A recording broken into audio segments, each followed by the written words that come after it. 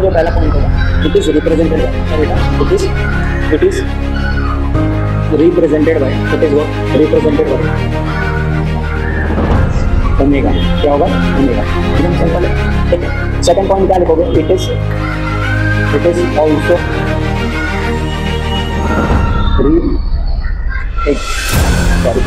Represented by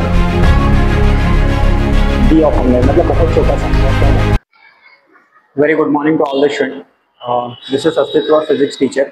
ये lecture number 1 का part 2 है, chapter number 1 rotational dynamics, lecture number 1 part 2 यहाँ से रह गया। एक शॉर्ट रिकैप मैं आपको लास्ट लेक्चर का दे देता हूँ ताकि आपको एक क्लियर वेरिफिकेशन हो जाए कि आप क्या पढ़ रहे हो, ठीक है।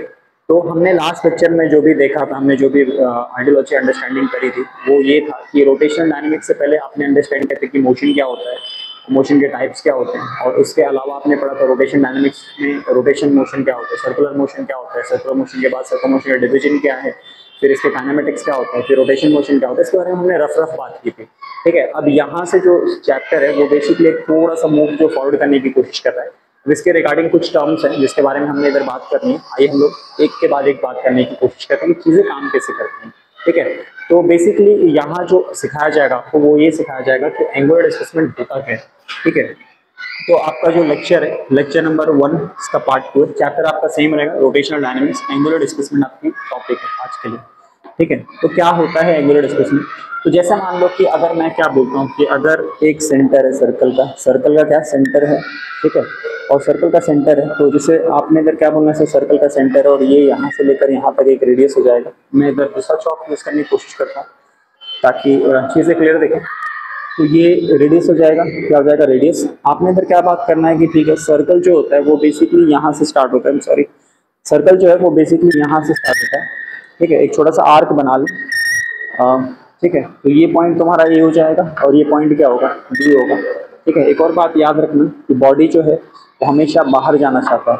कहाँ जाना चाहता है, बाहर, किसी भी डायरेक्शन में हो बाहर जाने की कोशिश होती है, और due to centripetal force, due to what, centripetal force, ठीक है, सॉरी सेंट्रीफ्यूगल फोर्स, और डाउनवर्ड डायरेक्शन में जो लगेगी that is centripetal force, that is what, centripetal force, जिसको आप एफसीपी कहते हो, क्या कहते हो, एफसीपी, ठीक है। बॉडी बाहर जाना चाहता है, कैसे बाहर जाना चाहता है, हम बोलते हैं टेंजेंट वेलोसिटी, क्या बोलते हैं, tangent velocity.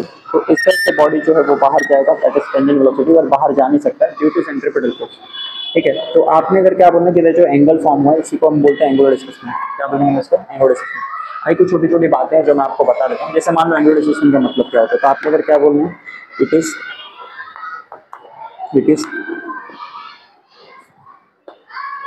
Represented by, it is represented by theta, ठीक है।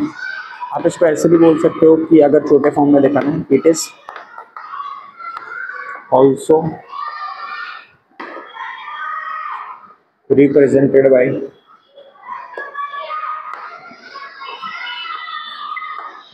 d of theta, d of what, theta. It is defined as, it is defined as the change in the position of the body of mass m, ठीक है। आप इधर इसको continue कर सकते हो, एंड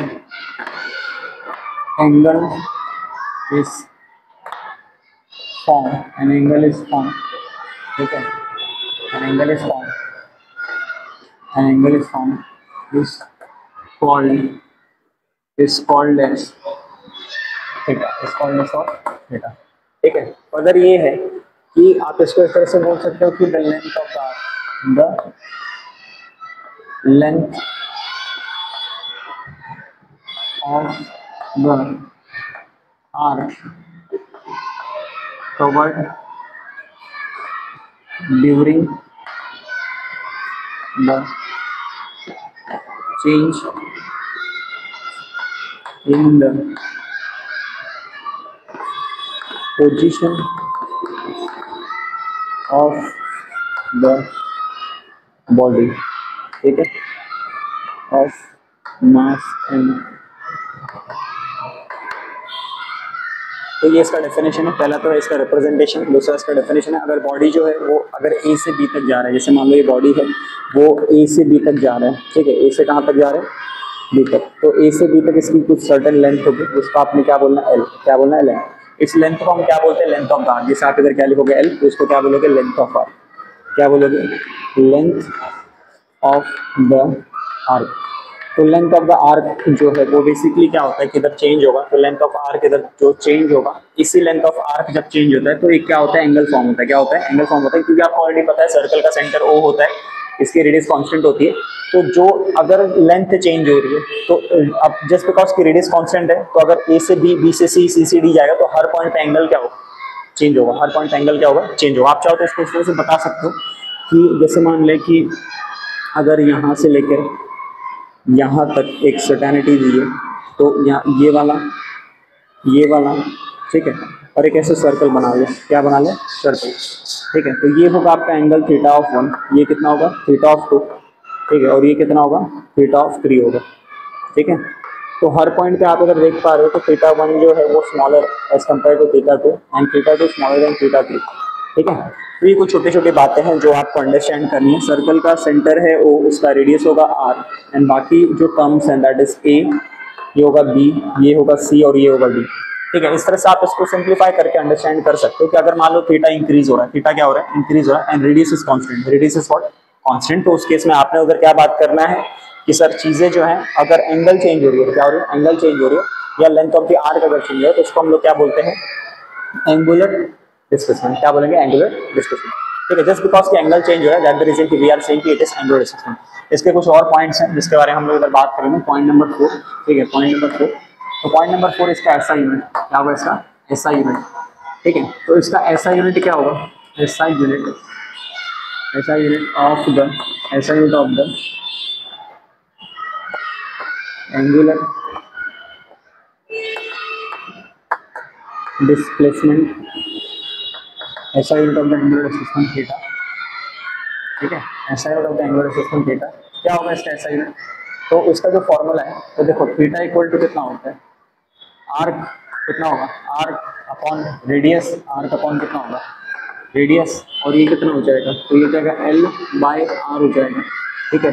तो अगर आप इधर रखोगे तो होगा ये भी मीटर, ये भी कितना होगा, मीटर, तो ये हो जाएगा 0, क्या होगा, 0। तो हम लोग इधर क्या बात कर सकते हैं, अगर थीटा जो है वो कितना होगा, R upon radius, R upon क्या होगा, रेडियस, तो ये हो जाएगा अगर L बाय आर, अगर मेरा आर है, M by M that is 0, ठीक है। तो ये इसका ऐसा यूनिट 0, ठीक है। बट मैथमेटिकली इसका यूनिट क्या है, तो मैथमेटिकली इसका यूनिट जो है वो होता है रेडियन। क्या होता है, रेडियन। तो हमने क्या बोलना है, थीटा जो है, ठीक है, वो होता है रेडियन, वो क्या होता है, रेडियन, ठीक है।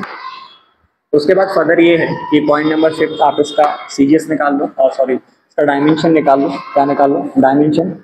तो डायमेंशन क्या होगा, ठीक है, तो इसका डायमेंशन जो बैठेगा वो सेम ही रहेगा। तो आपने इधर क्या बोलना है कि dimension of the, dimension of the angular displacement, angular displacement theta.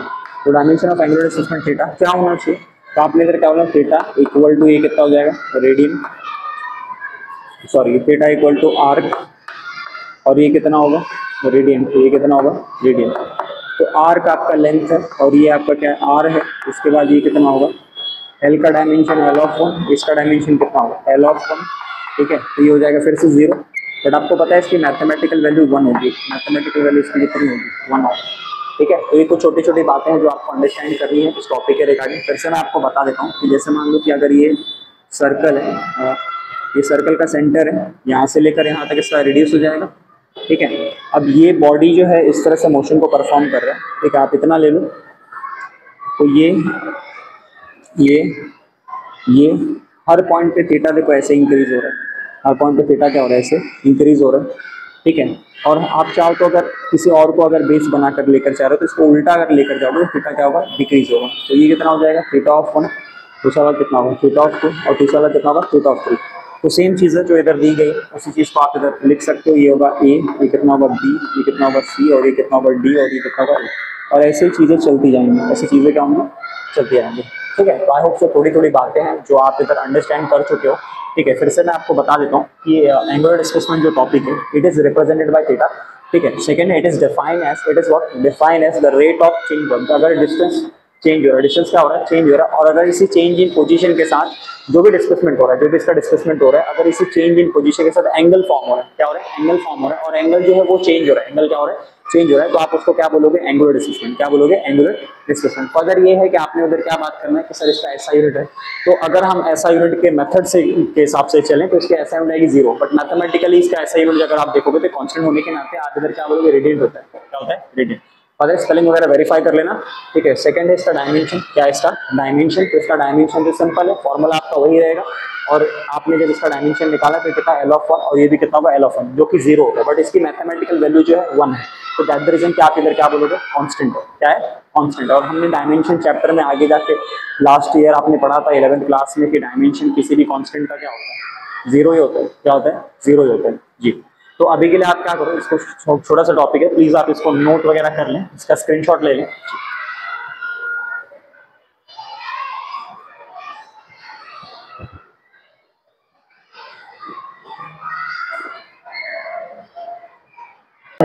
तो नेक्स्ट टॉपिक जो है वो बेसिकली एंगुलर वेलोसिटी है। क्या है एंगुलर वेलोसिटी है, सेकंड टॉपिक है। तो आप इधर क्या लिखोगे एंगुलर, क्या लिखोगे एंगुलर, एंगुलर वेलोसिटी। एंगुलर क्या होगा वेलोसिटी जो ओमेगा होता है, जो क्या होता है ओमेगा। अब देखो इसके बारे में क्या क्या बताना है। पहला पॉइंट एकदम सही नहीं रहेगा, तो आपने इधर क्या बात करना है कि सर इसके पहले पॉइंट की बात कर ले। तो इसका जो पहला पॉइंट होगा इट इज रिप्रेजेंटेड बाय, क्या बेटा it is represented by, it is what represented by omega. क्या होगा ओमेगा, एकदम सिंपल है। ठीक है, सेकंड पॉइंट क्या लिखोगे it is also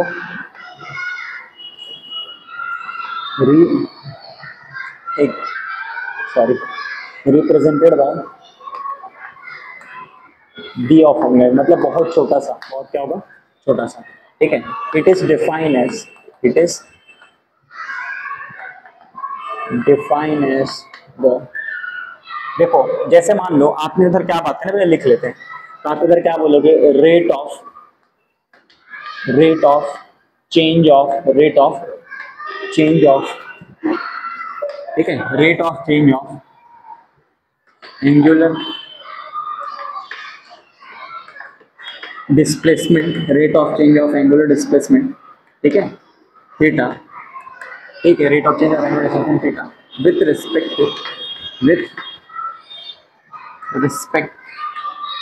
to time, with respect to time t is called as angular velocity। Angular क्या होगा वेलोसिटी ओमेगा, क्या होगा ओमेगा। ठीक है, तो ये कुछ छोटा छोटा डेफिनेशन है।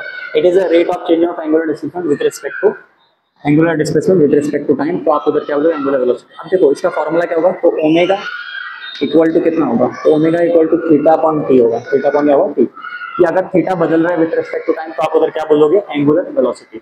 अगर ये है कि आपने इधर क्या बात करना है, ठीक है सर।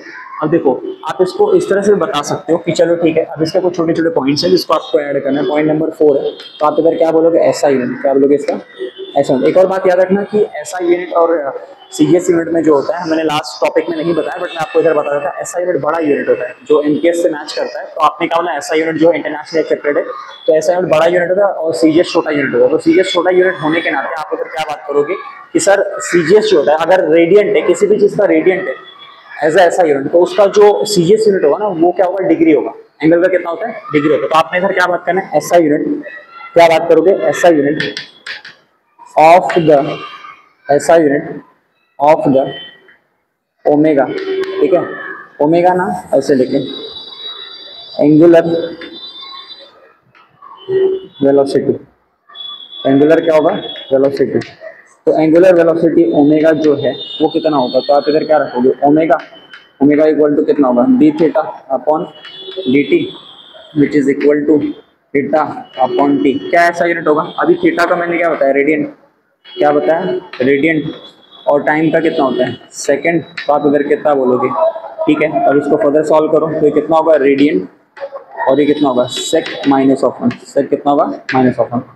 फर्दर है, अगर आप इसकी किसकी बात कर लें, फिफ्थ वाले पॉइंट में इसकी डायमेंशन की बात कर लें, किसकी बात कर लें, डायमेंशन की, तो सेम रहेगा डायमेंशन जो होगा, तो आप इधर क्या लिखोगे, omega equal to theta upon T which is equal to, तो अभी थीटा का डायमेंशन कितना होता है, तो सर थीटा का डायमेंशन नहीं होता तो 1 होगा, और ये किसका कितना होगा, तो इसका सेकंड होगा, ठीक है, सॉरी सेकंड बता रहा हूँ, इसका टी ऑफ 1 होगा, कितना होगा, T of 1 which is equal to 1 upon T है, इसको ऊपर लेकर जाओ तो ये कितना होगा, टी माइनस ऑफ 1, टी कितना होगा, माइनस ऑफ 1। इसका जो डायमेंशन है वो बेसिकली फ्रीक्वेंसी के साथ मैच करता है, किसके साथ मैच करता है, फ्रीक्वेंसी। तो हम लोग इस तरह से बोल सकते हैं कि भाई omega equal to theta upon T which is equal to 1 upon N, 1 upon कितना होगा, सॉरी 1 अपॉन टी होगा which is equal to N, which is equal to what, N. तो ये फ्रीक्वेंसी के साथ मैच करता है, फ्रीक्वेंसी के साथ क्या करता है, मैच करता है। अब इसको कैसे समझा जाए, तो आपने अगर क्या बोलना है कि सर जैसे एक सेंटर है, एक बड़ा सा ऐसे सर्कल में बना देता हूँ ताकि आप इसको इजीली अंडरस्टैंड कर लो, ठीक है। अब यहाँ से लेकर यहाँ तक एक सिंगल थीटा बना हुआ है, ठीक है, सिंगल क्या बना हुआ है, थीटा, ठीक है। अब ये तेरा पॉइंट ए है, पॉइंट क्या है, ए है, ये क्या है, पॉइंट तेरा बी है, ठीक है। अब इधर थीटा 1 होगा, इधर क्या होगा, थीटा 1, ठीक है। उसके बाद आपने इधर क्या बोलना है, सर इसको इंक्रीज करो तो ये कितना होगा, ये होगा आपका थीटा 2, और ये वाला कितना होगा, यहाँ से यहाँ इसको इंक्रीज करो तो ये कितना होगा, थीटा 3, कितना होगा, थीटा 3, ये वाला कितना होगा, तो ये होगा, इसको और बढ़ा ले तो ये कितना होगा, ये होगा थीटा 4, ठीक है। अब इधर देखो, अगर मानता हूँ कि इधर वेलोसिटी जो है इसकी एंगुलर वेलोसिटी, तो ये सेंटर वाली पॉइंट होगी, तो हर पॉइंट पे अगर इसकी थीटा जो बदल रही है, थीटा हर पॉइंट पे क्या हो रही है, चेंज हो रही है। इधर देखो थीटा 1 है, इधर थीटा 2 है, इधर थीटा 3, इधर थीटा 4 है, और इधर आप इधर क्या बोलोगे कि सर इधर T1 टाइम लग रहा है, इधर कितना लग रहा है, T2 टाइम लग रहा है, इधर कितना लग रहा है, T3 टाइम लग रहा है, इधर कितना लग रहा है, T4 टाइम लग रहा है, ठीक है। तो इन्हीं का जो रेशियो होता है उसे को अपन क्या बोलते हैं, एंगुलर वेलोसिटी।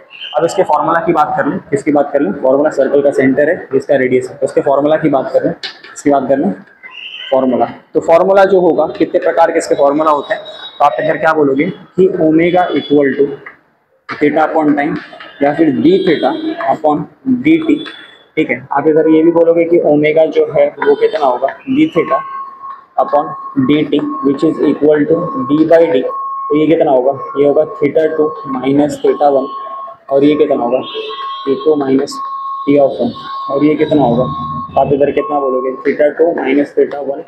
अगर सेम टाइम है, टाइम का डिफरेंस क्या है, हर पॉइंट पे सेम है, अगर यहाँ भी 1 सेकंड, यहाँ भी 1 सेकंड, यहाँ भी हर पॉइंट पे अगर टाइम डिफरेंस सेम है, तो उस केस में आप, और सिर्फ थीटा चेंज हो रहा है, थीटा क्या हो रहा है, चेंज हो रहा है, तो उस केस में आप ये वाला फॉर्मूला यूज करो। और जनरल फॉर्मूला जो हमारा है तो वो क्या है, तो आप इधर क्या बात करोगे कि सर जनरल फॉर्मूला जो है वो कितना है, थीटा, जो कि हमने स्टार्टिंग में लिखा था, देखो ये वाला फॉर्मूला, ठीक है। तो ये वाला फॉर्मूला इसका होगा, ठीक है, एकदम सिंपल है। पहला it is represented by, it is represented by omega.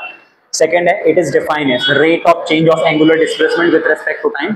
Third point पे इसकी एसआई यूनिट, तो इसकी एसआई यूनिट जो है वो आप कैसे निकालते हो वो भी हमने इधर निकाल कर दिया हुआ है थर्ड पॉइंट में या फोर्थ पॉइंट में। फर्दर ये है कि उसका डायमेंशन निकालने वाले आप इसका फॉर्मूला लिख लो, फॉर्मूला लिखने के बाद उसको कैसे निकाला जाता है वो भी आपको पता होना चाहिए, आपने क्लास 11 में पढ़ा हुआ है। फर्दर ये है कि ये जो है ना, ये जो फॉर्मूला निकाला है, ये जो डायमेंशन आपने निकाला है, इसकी डायमेंशन जो है वो बेसिकली फ्रीक्वेंसी से मैच करती है। किससे मैच करती है? फ्रीक्वेंसी से मैच करने की कोशिश करती है। तो प्लीज आप वहां वेरीफाई कर ले। उसके अलावा इसका जो डायग्रामेटिक रिप्रेजेंटेशन होता है वो ये होता है। अलॉन्ग विद दैट आप देखोगे इसके अलग अलग फॉर्मूला होते हैं। ये जनरल फॉर्मूला है, ये सबसे फंडामेंटल फॉर्मूला है, और ये अगर चेंज की बात हो रही है, किसकी बात हो रही है? चेंज की बात हो रही है, तो उस केस में आप इधर बोलोगे ऐसा। और फर्दर ये है कि अगर मान लो कि टाइम डिफरेंस सेम है, टाइम डिफरेंस क्या है? सेम है, तो उस केस में टी एक हो जाएगा और थीटा का चेंज होगा। जी, तो अभी के लिए आप सिंप्लीफिकेशन में 3 से 4 पॉइंट है, आराम से इसको ड्रॉ करो, नोट करो और या इसका स्क्रीनशॉट ले लो। जी, तो आई होप सो पिछला टॉपिक क्लियर है। आइए रिलेशन निकालने की कोशिश करते हैं। क्या करते हैं? रिलेशन निकालने की कोशिश करते हैं। देखो एकदम सिंपल है। आपने फिर क्या बात करना है? एंगुलर वेलोसिटी क्या होता है? तो हमने पता है कि पहला एंगुलर वेलोसिटी होता है थीटा अपॉन टाइम। क्या होता है? थीटा अपॉन टाइम, पहली बात। दूसरी बात ये कि अगर इसके साथ ही आप अगर रखते हो तो आपने उधर क्या बोलना है कि सर टाइम पीरियड, ठीक है। तो टाइम पीरियड का रिप्रेजेंटेशन टी होता है, टाइम पीरियड का रिप्रेजेंटेशन क्या होता है, टी होता है। और तीसरा है फ्रीक्वेंसी, तीसरा क्या है, फ्रीक्वेंसी है। तो फ्रीक्वेंसी होता है 1/t, फ्रीक्वेंसी कितना होता है 1/t। मुझे क्या करना है, तीनों का रिलेशन निकालना है, क्या करना है, तीनों का रिलेशन निकालना है। तो देखो तीनों इक्वेशन से मुझे क्या पता चलता है कि अगर मैं रखता हूँ ओमेगा, क्या रखता हूँ omega which is equal to theta upon time.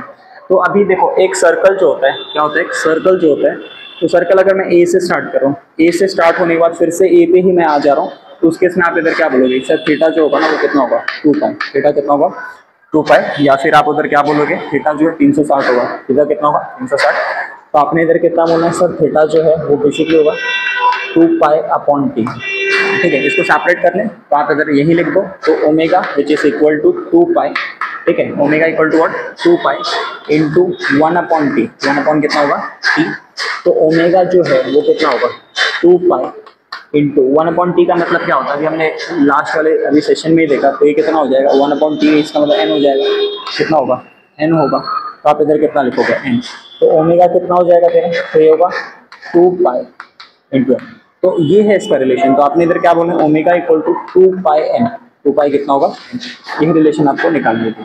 ठीक है, ये रिलेशन जो है वो बेसिकली बताता है थीटा, टाइम और फ्रीक्वेंसी के बीच में क्या रिलेशन है। कोई बहुत बड़ा खास रिलेशन तो नहीं है, बट अपने को इतना पता चल जा रहा है। ठीक है, एक और रिलेशन मैं आपको बता देता हूँ जो शॉर्टली यूज होता है। जैसे अगर मैं क्या होता है, ओमेगा है, ओमेगा कितना होता है तेरा थीटा अपॉन टी। ठीक है, इसको वेव वगैरह में यूज किया जाता है। तो आपने इधर क्या होगा omega into T equal to theta. तो जैसे मान लो कि अगर वेव का इक्वेशन का बात वगैरह किया जाता है कि y equal to A sine theta, तो हम लोग इधर ऐसे लिख सकते हैं कि y equal to A sine, ठीक है, ओमेगा इंटू टी। ठीक है, तो आप इस तरह से इसको निकाल दो। फिर फर्दर अगर एंगल डिफरेंस वगैरह है उसके बारे में बात नहीं करना है, बस सिंप्लीफिकेशन। तो मैं फिर से बता दे रहा हूँ कि ये फॉर्मूला आपको पहले से पता है, rate of change of theta with respect to time या rate of change of angular displacement with respect to time. Time period का टी होता है, टाइम पीरियड का टी का मतलब क्या है कि बॉडी अगर यहाँ से स्टार्ट होकर फिर से इसी पोजीशन पे आ जाती है तो कितना टाइम लगा, दैट इज टी। फर्दर है कि आपने उधर क्या बोलना है फ्रीक्वेंसी। फ्रीक्वेंसी का मतलब क्या होता है, एक तरह से आप स्पीड बोल सकते हो, क्या बोल सकते हो स्पीड। तो फ्रीक्वेंसी का बेसिक मतलब स्पीड होता है। तो आपने उधर क्या बात करना है कि ठीक है सर, अगर फ्रीक्वेंसी का मतलब स्पीड होता है, इसका मतलब है कि कितनी बार एक सर्टेन मोशन को कितनी बार उसने क्या किया परफॉर्म करके रिपीट कर रहा है, तो उसके बाद क्या बोलोगे फ्रीक्वेंसी। हमको इनके बीच में रिलेशन निकालना है। पहला वाला फॉर्मूला यूज करो, एक सर्कल को पूरा करने के लिए एंगल कितना लगेगा 2 पाई, 2 पाई हो गया 1/t मतलब क्या होगा फ्रीक्वेंसी। तो 1/t आपका फ्रीक्वेंसी ये n के बराबर हो जाएगा। बस ये सिंपल रिलेशन आपको क्या करनी है इधर निकालनी है। एक छोटा सा रिलेशन है, शॉर्टली इसको नोट करना है तो भी चलेगा, नहीं करना है तो भी चलेगा, बट जस्ट बिकॉज मेरे ध्यान में था तो मैंने आपको बता दिया, तो प्लीज वेरीफाई कर लीजिए। चौथा जो आपको निकालना है वो बेसिकली क्या करना है कि रिलेशन निकालना है। फिर से क्या निकालना है, रिलेशन। तो देखो रिलेशन कैसे निकालना है, तो आप इधर क्या बोलोगे कि रिलेशन निकालना है। तो रिलेशन आपको इधर कैसे निकालना है मैं बता दूं, रिलेशन बिटवीन, एकदम ध्यान से देखना, relation between angular velocity that is omega, ठीक है, कॉमा, सॉरी इधर आएगा रेडियस, क्या आएगा radius R and linear velocity v, linear velocity क्या होगा v। तो अब आपने उधर क्या बात करना है कि ठीक है सर चीज़ें इस तरह से काम करती हैं, चीज़ें क्या होती हैं इस तरह से काम करें। मैं थोड़ा तबियत खराब है तो प्लीज़ अंडरस्टैंड करने की कोशिश करें, I am just trying to give the best one. ठीक है, तो इसको किस तरह से डिफाइन किया जाता है। अब देखो हमको क्या करना है, इनके बीच में रिलेशन निकालना। तो पहले मैं आपको इसको एक्सप्लेन कर देता हूँ। देखो जैसे मान लो कि आप इधर क्या बोलोगे कि ये सर्कल का सेंटर है, ठीक है, सर्कल का क्या है सेंटर है ओ, इसका रेडियस होगा आर। यहाँ से लेकर यहाँ बॉडी अगर परफॉर्म कर रही है, बॉडी क्या कर रही है सर्कुलर मोशन से परफॉर्म कर रही है। डायग्राम अच्छे से नहीं बना, ट्राई टू अंडरस्टैंड मी। ये सर्कल है, ये क्या है सर्कल है, इसका सेंटर है, ठीक है, अच्छे से फिर से नहीं बना, ठीक है। तो ये क्या है इसका सर्कल का सेंटर है, सर्कल का क्या है सेंटर है, ये इसका रेडियस है। अब देखो अब आप इधर क्या बात करोगे, ठीक है सर चीज़ें इस तरह से काम कर रही हैं। अब इसके बाद मुझे कैसे क्या बात करना है, मुझे कैसा इसका रिलेशन निकालना। तो ये सेंटर है ना, वो किसकी काम करेगी, वो एक्सिस की काम करेगी, जिसको आप क्या कहते हो ओमेगा, क्या कहते हो आप उधर ओमेगा। यानी एक्सिस से जो लाइन पास होगा वो क्या होगा, ये सेंटर से जो लाइन पास होगा वो तेरा क्या होगा एक्सिस। ठीक है, 3D है इस वजह से समझ में नहीं आ रहा है। फर्दर है बॉडी बाहर जाना चाहता है, बॉडी क्या जाना चाहता है बाहर विद द टेंजेंट वेलोसिटी, जिसको आप क्या बोलोगे vt, क्या बोलोगे vt। अब इसको आप vt बोल दिए, अब ये मेरा रेडियस है, मुझे इनके बीच में रिलेशन नहीं है। डायग्राम आपका कुछ इस तरह से होगा, जो तीनों ही चीज आपस में एक दूसरे को क्या होती है, परपेंडिकुलर, क्या होती है आपस में, परपेंडिकुलर। तो ये आपका v हो जाएगा, ये आपका r हो जाएगा, और ये आपका क्या होगा, ओमेगा। ठीक है, अब आपने क्या करना है, इसका रिलेशन निकालना है। कैसे रिलेशन निकालना है, एकदम सिंपल। देखिए देखो, एक और बात नोट करो कि there is no scientific reason for this all thing. ये काइंड ऑफ कोइंसिडेंस है। बॉडी जो है एक अगर सर्कल में, जैसे अगर ये कोई सेंटर है जिससे मैंने धागा बांध दिया है, और ये बॉडी का मास है, ये बॉडी का क्या है, मास है, तो आपने इधर क्या बोला सर, ये a है और इसका मास m है, और इसका मास का m है, और बॉडी सर्कुलर मोशन को परफॉर्म करे इस धागे के थ्रू। तो ये जो है ना, ये कांस्टेंट है, रेडियस इसका कांस्टेंट है। बॉडी एक्चुअल में बाहर जाना चाहता है, but due to the centripetal force, due to what, centripetal force, ये बाहर नहीं जा सकता। ये कहाँ नहीं जा सकता, बाहर नहीं जा सकता। आपने उधर क्या बात करना है, ठीक है सर, अगर बाहर नहीं जा सकता तो बेसिकली सर्कुलर पाथ में ही मोशन परफॉर्म करेगा, बट कोशिश तो कर रहा है बाहर जाने के लिए। हर पॉइंट पे कोशिश क्या करता है कि बाहर ही चले जाए, ठीक है, बट बाहर नहीं जा सकते। तो अगर आपने उधर क्या बात करना है, ठीक है सर, ऐसा नहीं हो सकता, देखो इस पॉइंट पे भी आकर ऐसा ही करेगा। तो अगर ऐसा नहीं हो सकता तो हम क्या कर सकते हैं, तो आप खुद देखो कि ये वाला इससे परपेंडिकुलर है, ये वाला इससे परपेंडिकुलर है, ये वाला इससे परपेंडिकुलर है, और रेडियस जो है आप खुद ही देखो, ये जो आपका चौक है, चौक परपेंडिकुलर किसको है, रेडियस को है। तो it is kind of coincidence, ठीक है। We don't have any kind of scientific reason for this all factors या दिस ऑल थिंग्स। तो आपने इधर क्या बोला है, साइंस ने इसका कोई, फिजिक्स ने इसका कोई भी बेसिक रीजन नहीं दिया है ऐसा क्यों होता है। It is a kind of coincidence जो ऐसा दिखाया जा रहा है। तो कोइंसिडेंस होने के नाते हमको क्या रिजल्ट मिल रहा है, हमको देखो रिजल्ट क्या मिल रहा है कि भाई ओमेगा जो है ना वो परपेंडिकुलर है, किसको परपेंडिकुलर है, रेडियस को। और रेडियस किसको परपेंडिकुलर है, तो आपने उधर क्या बोला है, वीटी को परपेंडिकुलर है, ठीक है। अगर तीनों परपेंडिकुलर होते हैं तो रिलेशन जो होगा कि वीटी जो है वो बेसिकली किसके बराबर हो जाएगा, तो आप इधर बोलोगे वीटी होगा R into omega, R into क्या होगा, ओमेगा। आप इसको चाहो तो ऐसे भी लिख सकते हो, इससे कोई फर्क नहीं पड़ेगा, ठीक है। और ये कितना होगा, वीटी, वीटी की जगह रखो वी, तो वी जो है वो कितना होगा, आर इंटू ओमेगा। तो रही बात वेक्टर रिप्रेजेंटेशन की, तो आपने इधर क्या बोलना है कि अब आपको पहले से पता है वेलोसिटी क्या होता है, वेक्टर, रेडियस है आर, दैट इज स्केलर, तो आप इधर कितना रखोगे, ओमेगा, क्या रखोगे, ओमेगा। अब ये कोइंसिडेंस होने के नाते हमको क्या रिलेशन मिल रहा है कि लीनियर वेलोसिटी जो होता है किसी भी सर्कुलर मोशन के अंदर, वो रेडियस और ओमेगा को क्या होता है, एंगुलर वेलोसिटी को परपेंडिकुलर होता है। क्या होता है, एंगुलर वेलोसिटी को परपेंडिकुलर होता है। तो ये कुछ छोटी छोटी बातें हैं जो आपको अंडरस्टैंड करनी है। एक्सेलरेशन के लिए भी हम लोग बात कर सकते हैं कि अगर मान लो बॉडी एक्सेलरेट कर रही है, बॉडी लीनियर एक्सेलरेट परफॉर्म करना चाहती है, तो बॉडी बाहर जाना चाहती है, कहाँ जाना चाहती है, बाहर, तो ये रेडियस रहेगा। अब यहाँ ओमेगा के बजाय मुझे क्या लिखना है, मैं लिखूंगा अल्फा, क्या लिखूंगा, अल्फा। अब रिलेशन देखो कैसा होगा, ठीक है। तो आप उधर क्या बात करोगे कि सर अल्फा जो है ना, अल्फा परपेंडिकुलर, फिर से कोइंसिडेंस है, alpha is what, perpendicular to the radius. अब हमने अभी तक एंगुलर एक्सेलरेशन के बारे में बात नहीं किया, बट मैं आपको सिंपली बता दूं, जैसे एक्सेलरेशन क्या होता है, rate of change of velocity with respect to time, वैसे आप उधर क्या बोलोगे कि अगर सर्कुलर मोशन बॉडी परफॉर्म करता है तो उसका हर पॉइंट पे अगर क्या हो रहा है, वेलोसिटी चेंज हो रहा है, हर पॉइंट पे क्या हो रहा है, वेलोसिटी चेंज हो रहा है। कौन सा वेलोसिटी चेंज हो रहा है, एंगुलर वेलोसिटी। तो हर पॉइंट पे अगर एंगुलर वेलोसिटी चेंज हो रहा है तो उस केस में आपने उधर क्या बात करना है, आपने यही बात करना है कि sir rate of change of angular velocity with respect to time. अभी के लिए आप इतना समझ लो कि अगर कोई भी बॉडी सर्कुलर मोशन परफॉर्म कर रहा है तो उसकी एंगुलर वेलोसिटी अगर वेरी कर रही है विद रिस्पेक्ट टू टाइम, तो हम क्या बोलते हैं, एक्सेलरेशन। कौन सा एक्सेलरेशन, एंगुलर एक्सेलरेशन, ठीक। तो बस अभी के लिए इतना नोट कर लो, आगे जब टॉपिक आएगी तो उसके ऊपर पूरा लेक्चर में बात होगा। तो अभी ड्यू टू द कंडीशन आपने इधर कहा alpha is perpendicular to radius and radius is what, perpendicular to the tangent acceleration. तो मुझे क्या रिलेशन मिला है कि टी ऑफ ए जो होगा वो बेसिकली कितना होगा, R into alpha, R into कितना होगा, अल्फा। तो ए जो होगा वो कितना होगा, आर इंटू अल्फा। अब ये सारी क्वांटिटी जो है ना वो वेक्टर में, तो ए जो होगा वो vector equal to R into alpha, R into कितना होगा, अल्फा। और ये सारी ही वेक्टर है, सारी क्या वेक्टर है। तो आप इसमें क्या बोलना है कि ब्रैकेट बना लो, क्या बना लो, ब्रैकेट बना लो आप इधर, ठीक है। तो ये जो पार्ट 2 लेक्चर था, ये कोई बहुत बड़ा लेक्चर नहीं था, शॉर्ट ही लेक्चर था। हमने आज कोई ज़्यादा चीज़ नहीं सीखा। इस लेक्चर को आई होप सो यही स्टॉप करना बहुत अच्छी बात होगी, ठीक है। हमने क्या क्या सीखा, हमने सीखा कि एंगुलर डिस्प्लेसमेंट क्या होता है। अगर कोई बॉडी मोशन को परफॉर्म करे, कौन सी मोशन को परफॉर्म करे, सर्कुलर मोशन को अगर परफॉर्म कर रहा है तो उसके इसमें आप इधर क्या बोलोगे, अगर उसका पोजीशन चेंज हो रहा है, पोजीशन उसका क्या हो रहा है, चेंज हो रहा है, या लेंथ ऑफ आर्क निकल रहा है, तो उस केस में आप उधर क्या बात करोगे, एंगुलर डिस्प्लेसमेंट। क्या बोलोगे, एंगुलर डिस्प्लेसमेंट। एंगुलर वेलोसिटी की बात करते हैं, किसकी बात करें, एंगुलर वेलोसिटी। तो एंगुलर वेलोसिटी का मतलब क्या होता है, अगर बॉडी का जो अगर थीटा चेंज हो रहा है विद रिस्पेक्ट टू टाइम, अगर पोजीशन ए से पोजीशन बी, पोजीशन बी से पोजीशन सी, अगर थीटा चेंज हो रहा है, तो थीटा अगर चेंज हो रहा है तो उस केस में आप उधर क्या बात करोगे कि सर चेंज होते वक्त ना टाइम भी लग रहा है, क्या लग रहा है, टाइम भी लग रहा है। तो ऐसे केस में हमने क्या बात करना है, हमने यही बात करना है कि sir rate of change of angular displacement with respect to time is called angular velocity. बाकी जितने भी उसके टर्मिनोलॉजी है, कीवर्ड्स है, वो हमने लिखवा दिया है। उसके बाद कुछ रिलेशन के बारे में हमने आज इस लेक्चर के अंदर बात किया। हमने क्या रिलेशन के बारे में बात किया? हमने रिलेशन के बारे में ये बात किया कि एक होता है आपका एंगुलर वेलोसिटी, दूसरा होता है टाइम पीरियड और लास्ट में होता है फ्रीक्वेंसी। हमने तीनों को मर्ज करके एक नया रिलेशन बनाया जिससे हमको क्या मिला, omega equal to 2 pi into N.